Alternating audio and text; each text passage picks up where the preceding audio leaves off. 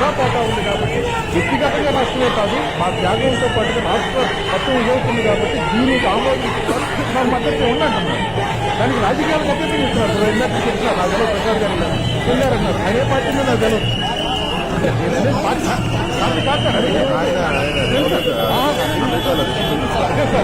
త్యాగం వృధా పోతా ఉంది కాబట్టి వ్యక్తిగతంగా నష్టమే కాదు మా త్యాగంతో పాటుగా రాష్ట్ర మొత్తం ఇదవుతుంది కాబట్టి దీనికి ఆమోదించుకోవాలి మన మద్దతు ఉందంటున్నారు. దానికి రాజకీయాలు మద్దతు ఇస్తున్నారు. ఇందాక చెప్పిన నా తెలియదు ప్రసాద్ గారు వెళ్ళారన్నారు. ఆయన ఏ పార్టీ మీద నాకు తెలియదు.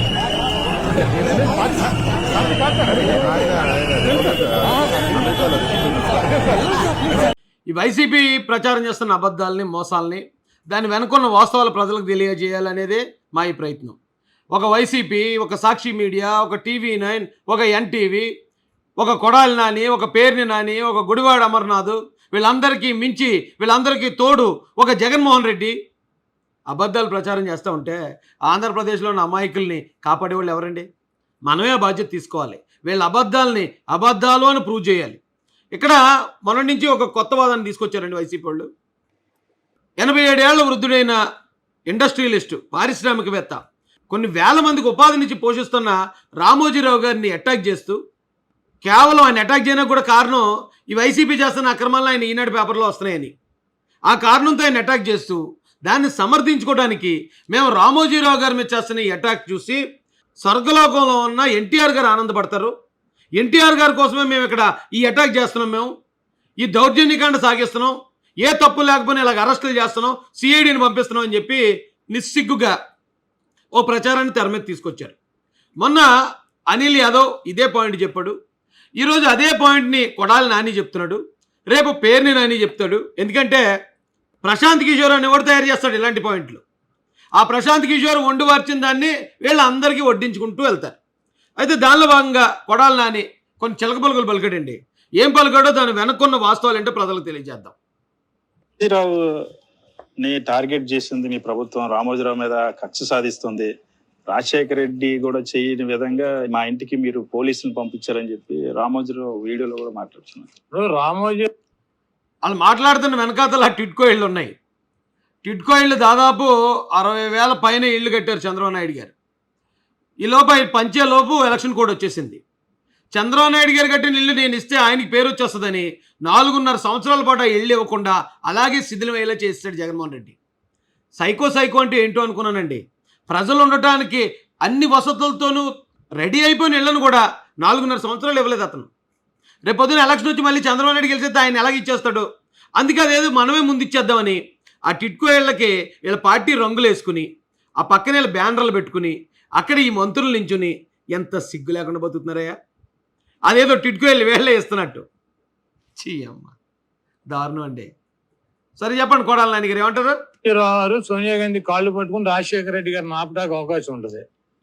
రామోజీరావు వెళ్ళి సోనియా గాంధీ కాళ్ళు పట్టుకున్నాడు అనుకో, మిస్టర్ అని ఫోన్ వస్తుంది. మిస్టర్ రాజశేఖర రెడ్డి స్టాప్ అంటారు, అంటే ఆగిపోవాలి. తప్పు అనేది ఇంగ్లీష్లో మాడదాం ట్రై చేశాడు, భయం వేసి ఆగిపోయాడు. నీకు నాకు ఇంగ్లీష్ ఎందుకన్నా కొడాలన్నా? అయితే నువ్వు అన్నావు కరెక్టే. సోనియా గాంధీ గారు ఆపేయమంటే ఆగిపోతాయి ఆయన మీద కేసులు అన్నావు. సోనియా గాంధీ గారు అధికారం పోయి ఎంతకాలం అయింది? 2014 నుంచి మోడీ గారు అధికారం కదా ఉంది. మరి 2014 నుంచి ఇప్పుడు దాకా అంటే దాదాపుగా 9 సంవత్సరాలు. 9 సంవత్సరాల పాటు ఏ ఒక్కరికి రామోజీరావు గారిలో నేరాల ఘోరాలు కనపడలేదు. ఇప్పుడు రేపో మాపో దిగిపోతారని ఇప్పుడు కనిపించాయి మీకు. ఇప్పుడు పెట్టేస్తున్నారా కేసులు? అసలు నమ్మేవాడు ఎవడన్నా ఉన్నాడని ఇలాంటి సోది కబుర్లు, సోనియా కబుర్లు. ఆయన మీ మీద మీరు చేస్తున్న అక్రమాలని, పనికిమాలిన పనులని ఆయన పేపర్లో రాస్తున్నాడని, ఆయన ఈ రకంగా మీరు ఇబ్బంది పడుతున్నారని ఆంధ్ర రాష్ట్ర ప్రజలందరికీ తెలుసు కదా. ఇంకా ఇప్పుడు 2014 ముందు జరిగిన ఏదో సోనియా స్టోరీ మాకు వినిపిస్తావు ఎందుకు? తప్పదు. ఇక్కడ ఎవడు ఫోన్ చేస్తాడు మాకు? అది మా ఇక్కడ ఎవడు ఫోన్ చేస్తాడు? చట్టం రామోజీరావుకైనా, చంద్రబాబు నాయుడుకైనా, నాకైనా, సామాన్యుడికైనా ఎవరికైనా ఒకటే. ఎలా ఒకటైంది? అవినాష్ రెడ్డి ఎందుకు అరెస్ట్ అవ్వలేదు? ఇప్పుడు దాకా అవినాష్ రెడ్డి ఎందుకు అరెస్ట్ అవ్వలేదు? చట్టం అందరికీ సమానమే అయితేనే. అవినాష్ రెడ్డే హంతకుడని అన్ని సాక్ష్యాధారాలు ఉన్నాయి. ఆల్రెడీ A8గా కూడా ఆయన పెట్టేశారు. అంటే 8వ రత్నం, 9వ రత్నం ఎవరైనా ఆంధ్రప్రదేశ్ అంతా మాట్లాడుకుంటుంది. ఇలాంటి సమయంలో చట్టం అందరికీ సమానమే. గోంగూర కట్ట అని చెప్తే ఏడన్నా కొడాలన్నా గొడ్డలతో నరికేసినోడికి అరెస్ట్ లేదు ఇక్కడ. ఏ తప్పు చేయనోడికి ఒక కంప్లైంట్ కూడా లేని రామోజీరావు గారి మీదకి ఏపీ సిఐడి వెళ్ళిపోతుంది. చట్టం అందరికీ ఎలా సమానం అయింది? ప్రతిపక్షాలకు ఒక రూలు, అధికార పక్షానికి ఒక రూల్ నడుస్తుంది కదా ఇక్కడ. నువ్వు 2,500 కోట్ల రూపాయలు ప్రజల డబ్బు తీసుకెళ్లి ఏ కంపెనీల్లో పెట్టుబడులు పెట్టి నువ్వు వ్యాపారం చేస్తే ఆ కంపెనీ ఎత్తిపోతే డబ్బులు ఆడి 2,500 కోట్లు ఎవడు కడతాడు? నేను ఐపీ పెట్టాను అంటాడు, లేకపోతే వెళ్ళిపోతాడు. పద్దాక అమెరికా, సింగపూర్ అటు తిరిగి వస్తారు కదా, వెళ్ళి అక్కడ సెటిల్ అయిపోతారు. ఇలా గ్రీన్ కార్డులు 2,000 కోట్లు చిట్ ఫండ్ నుంచి పట్టుకెళ్ళి వేరే దాంట్లో పెట్టుబడి పెట్టాడు అంటున్నాడు. దానికి ఒక ఆధారం లేదు. చిట్ ఫండ్లో ఎప్పుడు కూడా 2,000 కోట్లు ఒకసారే ఆ కంపెనీ దగ్గర మిగిలిపోయే అవకాశం ఉండదు. ఏ నెల చిట్టు ఆ నెల ఇవ్వాల్సిందే. అయినా ఇతను అబద్ధం చెప్తున్నాడు. పోనా అబద్ధంలో ఆ 2,500 కోట్లు ఆయన ఏమైనా ఖర్చు పెట్టేసుకున్నాడని చెప్తున్నాడా? లేదట. వేరే చోట పెట్టుబడి పెట్టాడట. అంటే ఇన్వెస్ట్ చేశాడు. ఇన్వెస్ట్ చేస్తే దాని మీద ఇన్కమ్ వస్తుంది, దాని మీద ఇంకా ఎక్స్ట్రా ఆదాయం వస్తుంది. దానికి అది మోసం అని ఎలా మాడుతుందో కొడాలి. అందుకనంటే ఈయన 2,500 కోట్ల కోసం ఈయన ఫారిన్ అటు ఇటు వెళ్తుంటాడు కదా, పారిపోతాడట. రామోజీ ఫిల్మ్ సిటీ వాల్యూయే దాదాపుగా 10 నుంచి 15,000 కోట్లు ఉంటుంది. అంత ఆస్తు వదిలేసి 2,500 కోట్ల కోసం ఆయన ఇప్పుడు ఫారిన్ పారిపోతాడట. కనిపెట్టేసారండి వీళ్ళు వీరాది వీరులు, శూరాది శూరులు వచ్చి మంచిగా జరుగుతున్న వ్యాపారాన్ని ముంచేయడానికి, ఎలాగైనా సరే దాన్ని నాశనం చేయడానికి కంకణం కట్టుకుని వీళ్ళ యథోపనులన్నీ కూడా మీడియాలో బయటకు తీసుకొచ్చేస్తున్నారని ఆయన మీద చేసే కుట్ర కాదండి ఇది.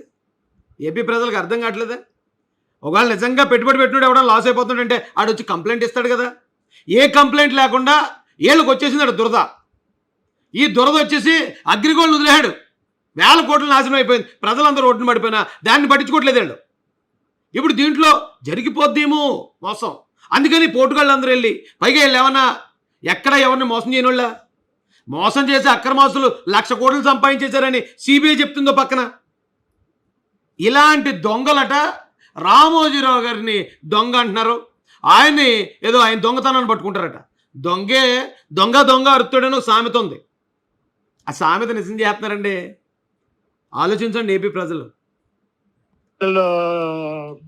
ఇవన్నీ ఉన్నాయి. అక్కడ సెటిల్ అయిపోతే 2,500 కోట్ల రూపాయలు ఎవరు కడతారు? ప్రభుత్వం కట్టాలి కదా. ప్రభుత్వం కడుతుందా? కంపెనీ ఏదైనా లాస్ అయితే ప్రభుత్వం కడుతుందా? మరి ఎందుకు కట్టలేదు ఇప్పుడు దాకా అగ్రిగోల్డ్లో ఉన్న ఆ నష్టపోయిన బాధితులకి డబ్బులు ఎందుకు కట్టలేదు కొడాలని? అక్కడైతే మాకు సంబంధం లేదంటారు. ఇక్కడ మాత్రం ప్రభుత్వం కట్టాలి కాబట్టి ఇప్పుడు మేము వెళ్ళి కాపాడుతున్నాం. అమ్మ మీరే కాపాడాలరా బాబు ఈ రాష్ట్రాన్ని. మీరు దోచుకోకుండా ఉండండి రా బాబు చాలు. రామోజీరావు అనేటువంటి వ్యక్తి ప్రభుత్వాలను అడ్డం పెట్టుకుని, కాంగ్రెస్ లేదు, తెలుగుదేశం లేదు, బీజేపీ లేదు, ఏ ప్రభుత్వాన్ని అడ్డం పెట్టుకుని అడ్డగోలుగా దొంగ వ్యాపారాలు చేసి దొంగ డబ్బుతో సామ్రాజ్యాలను నిర్మించినటువంటి వ్యక్తి. చూడండి ఎంత దారుణం ఇది. తండ్రి అధికారాన్ని అడ్డు పెట్టుకుని 43,000 కోట్లు దోచారని సిబిఐ కన్ఫర్మ్ చేసింది జగన్మోహన్ రెడ్డి గారి మీద. 2004లో ఎలక్షన్ ఖర్చుకు లేక ఇల్లు అమ్ముకునే పరిస్థితి నుంచి 2014కు వచ్చేటప్పటికి 510 కోట్లు అఫీషియల్గా అనౌన్స్ చేసి, కంపెనీలు కాకుండా 67 కంపెనీలు వాటి ఆస్తులు కాకుండా ఈయన పాకెట్ మనీని 510 కోట్లు అనౌన్స్ చేసిన జగన్మోహన్ రెడ్డి గారు అక్రమ ఆస్తులు సంపాదించడంలో ఆయన ఈ అక్రమాస్తులు సంపాదించే వాళ్ళందరికీ రోల్ మోడల్ అయిన అలాంటి వ్యక్తి నాయకత్వాన్ని వీళ్ళు బలపరుస్తూ న్యాయంగా ఎదిగి ఎంతోమందికి ఆయనతో పాటు ఉపాధి కల్పించిన రామోజీరావు గారి మీద ఎంత దుష్ప్రచారం చేస్తున్నారండి. కనీసం చెప్పేవాళ్ళకి ఎలాగ బుద్ధి లేదు. కనీసం మనమన్నా కాస్త విజ్ఞతతో ఆలోచించాలండి. ఏమైంది? రాజశేఖర రెడ్డి గారిన పవర్ఫుల్ రాజశేఖర రెడ్డి గారు అబ్బాయి వచ్చాడు, వాళ్ళు గిలగిల కొట్టుకున్నాడు. నాకు ఎంత ఆనందంగా ఉందంటే ఆ వీడియో చూస్తే, మంచం మీద పడుకుని నడువుకో బెల్ట్ వేసుకుని నాకు ఎన్టీఆర్ గుర్తొచ్చాడు. 87 సంవత్సరాల పెద్ద ఆయన ఏ తప్పు చేయకుండా ఆయన్ని వేధిస్తూ ఉంటే, ఆయన అప్పటికే అనారోగ్యంతో బెల్ట్ కట్టుకుని బెడ్ మీద పడుకుని ఉంటే ఆనందం వేసిందంటే వీళ్ళకి. వీళ్ళని ఊరికే సైకోలు అంటట్లేదండి ఏపీ ప్రజలందరూని. ఇలాంటివి చూసే కదా, ఈ శాడిజం చూసే కదా వీళ్ళందరినీ సైకోలు అంటున్నారు. ఎంత దారుణంగా ఉన్నాడు చూడండి. ఎవరన్నా ఒకవేళ అలాంటి హాస్పిటల్ బెడ్ మీద ఉంటే మన శత్రువు అయినా సరే అయ్యో పాపం అంటాం. అలాంటిది ఏ తప్పు చేయనోడిని అలా చూస్తే ఆనందంగా ఉందంటే వీళ్ళకి. అంటే మనుషులు చచ్చిపోతూ ఉంటే వీళ్ళకి ఆనందంగా నవ్వొచ్చేస్తుంటుంది అనమాట అండి, సంతోషం వేసేస్తూ ఉంటుంది. మన అమ్మ సైకోలరా బాబు మీరు. నాకు ఎన్టీఆర్ గుర్తొచ్చాడు. అమ్మ నీ ఆ కొడుకులందరూ రామారావుకి ఎంత గతి పట్టించారు. ఆ కొడుకులు రామారావు గారికి ఆ గతి పట్టించిన లక్ష్మీ పార్వతి గారిని దగ్గర పెట్టుకున్న పార్టీ ఇది వైసీపీ. ఆవిడకు పదవి కూడా ఇచ్చారు. పాపం ఆయన జీవితం చివరిలో ఆయనకి ఇంత పెద్ద బ్లాక్ మార్క్గా మిగిలిపోయిన లక్ష్మీ పార్వతిని ఎంకరేజ్ చేస్తున్నారు వీళ్ళు. ఆవిడతో మళ్ళీ తిట్టిస్తున్నారు. ఎంత క్రూరులుగా తయారయ్యారా, ఎంత నీచులుగా తయారయ్యారు ఒక రకంగా. ఎంత పనికి మాలిన వాళ్ళు మళ్ళీ ఆ దగ్గరికి వెళ్ళి చేతులు కట్టుకుని నిలబడతారు తండ్రిని ఆ రకంగా చేస్తే. ఏమో జగన్మోహన్ రెడ్డి గారు ఒక్కడు రామారావు శత్రువులను కూడా కాలు కింద వేసి నా కొడుకుని తొక్కుతున్నాడు. నిజంగా రామారావుకి జగన్మోహన్ రెడ్డి గారు లాంటి వారసుడు ఉంటే రామారావు గారు ఎప్పుడో జైలుకి వెళ్ళిపోదురు, ఆయన ఎప్పుడో ఊసలు లెక్కెట్టేద్దరు, ఆయన ఎప్పుడో చెప్పుకుడు తినేద్దరు. ఎందుకంటే రాజశేఖర రెడ్డి గారు చనిపోయి బతికిపోయారు. లేదంటే చాలా కేసుల్లో ఆయన్ని కూడా ఇన్వాల్వ్ చేశారు సిబిఐ వాళ్ళు. ఎందుకంటే ఆయన అధికారంలో ఉన్నప్పుడే కదా జరిగింది. ఆయన అధికారాన్ని అడ్డుపెట్టుకునే కదా జగన్మోహన్ రెడ్డి గారు అన్ని అక్రమాలు చేసింది. ఆయన కేసుల్లో రాజశేఖర రెడ్డి గారు కూడా ఉన్నారు. పాపం ఆయన ఏమో మంచో చెడో ఆయన అకాల మరణం చెందటం వల్ల ఆయన బతికిపోడు, కానీ లేకపోతే ఆయన జైలుకి పోదుడు. జగన్మోహన్ రెడ్డి గారి లాంటి కొడుకున్న ఏ తండ్రి అన్నా జైలు ఓసలు ఎక్కడేస్తాడు, చెప్పుకుడు తినేస్తాడు, డౌట్ లేదు అందులో. ఎన్టీఆర్ గారి కొడుకుల్లో ఏం లోపం ఉందండి? ఎవరైనా ఏమైనా అక్రమాసులు సంపాదించారా? ఎవరైనా బాబాయిల్ని చంపించారా? పక్కోడు ఏమైనా దోచుకున్నారా? ఎవరైనా ఈడీ కేసుల్లో సిబిఐ కేసుల్లో ఇరుక్కున్నారా? నీతిగా నిజాయితీగా పౌరుషంగా వాళ్ళ కాలమే వాళ్ళు బతుకుతున్నారు. అలాంటి కొడుకులు తప్పట ఎవరికి? మా సైకో కొడాలికి. అక్రమాసులు చేసి అక్రమాసులు సంపాదించి తండ్రిని కూడా కేసుల్లో ఇరికించేసి అవసరమైతే జైలుకి పంపించేసే వాళ్ళు చాలా గొప్ప కొడుకులట. చూడండి వీళ్ళు మొత్తం ఇక్కడ ఏది మంచి ఏది చెడు అనే దానికి కూడా నిర్వచనం మార్చేస్తున్నారండి వీళ్ళు. ఈ పాటికి రామోజీరావు, చంద్రబాబు నాయుడు, ఈ రాధాకృష్ణలో బిఆర్ నాయుడు కాలగర్భంలో కలిసిపోయేవారు. ఇంతకాలానికి జగన్మోహన్ రెడ్డి గారి రూపంలో డెఫినెట్ గా ఎన్టీఆర్ ఆశీస్సులు జగన్మోహన్ రెడ్డి గారికి ఉంటాయి. ఎన్టీఆర్ గారి ఆశీస్సులు ఈయనకి ఎందుకు ఉంటాయండి బాబు? ఎందుకు ఎన్టీఆర్ గారి అబ్బాయి అయితే బాగుండు, ఎన్టీఆర్ గారికి పుట్టుంటే బాగుండు అని అలా మాట్లాడుతున్నారు ఎందుకు? అది బాగాలేదు కదా వినడానికి. జగన్మోహన్ రెడ్డి గారు ఎన్టీఆర్ గారు కొడుకు అయితే బాగుండు అంటారు ఎందుకు? కొడాలి గారు అవమానకరంగా ఉంది కదా ఈ మాట. వైఎస్ రాజశేఖర రెడ్డి గారు కొడుకు అవటం ఆయన సరిపోద్దు కదా ఆయనకి. ఎందుకు ఎన్టీఆర్ గారు కొడుకుగా ఉంటే బాగుండు, ఎన్టీఆర్ గారు పౌరుషం తీరుతుడు, ఎన్టీఆర్ గారు ఆశీర్వదిందురు? అదేంటి వేరే వాడు కొడుకుగా ఉండాలని కోరుకోవటం అది చాలా నీచం కదా.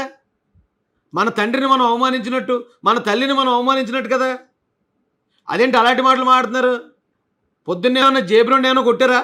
లేదా గుట్కేమైనా కొంచెం ఎక్కువైందా? ఎందుకు అలా జగన్ బ్రోని అవమానిస్తున్నారు మీరు? ఎంత ఎంత పచ్చి పాపం మూట కట్టుకున్నారండి. రాజశేఖర రెడ్డి గారిని కానీ రామారావు గారిని కానీ ఒక ముద్ర వేసి వ్యసనపరుడు, అమ్మాయిలకి బానిస అయిపోయి రాష్ట్రాన్ని రాజశేఖర రెడ్డి గారి మీద వ్యసనపరుడు, అమ్మాయిలకి బానిస అయిపోయారని ముద్ర వేశారా? ఎవరు సార్? మాకైతే తెలియదు మరి ఇప్పుడు దాకానే. ఏమంటే అలాంటివి ఏమైనా ఉన్నాయి ఆయన జీవితంలో? ఆయన ఎవరు ఏమనలేదు. అలాగే వ్యసనపరుడు, అమ్మాయిలంటే బానిస అయిపోయాడని ఎన్టీఆర్ గారిని కూడా ఎవరు ఏమనలేదు. ఒక్క లక్ష్మీ పార్వతి గారి వల్ల మాత్రమే, ఆవిడ వల్ల రాష్ట్రం నాశనం అయ్యేలాగుంది, పార్టీ నాశనం అయ్యేలాగుందని ఎమ్మెల్యేలు అందరూ కాంగ్రెస్ పార్టీలోకి పోతుంటే వాళ్ళందరినీ పట్టుకుని వాళ్ళందరినీ ముందుండి నడిపించి ఇప్పటికింకా తెలుగుదేశం పార్టీని ఎంత స్టేబుల్గా ఎంత బలంగా నిలబెట్టిన వ్యక్తి నారా చంద్రబాబు నాయుడు గారు. వాళ్ళని ఎవరు రాజశేఖర రెడ్డి గారిని, ఎన్టీఆర్ గారిని వ్యసనపరులు, అమ్మాయిలు తిరిగారని ఎవరన్నారు? ఇక ఇప్పుడు మీరు అంటున్నారు.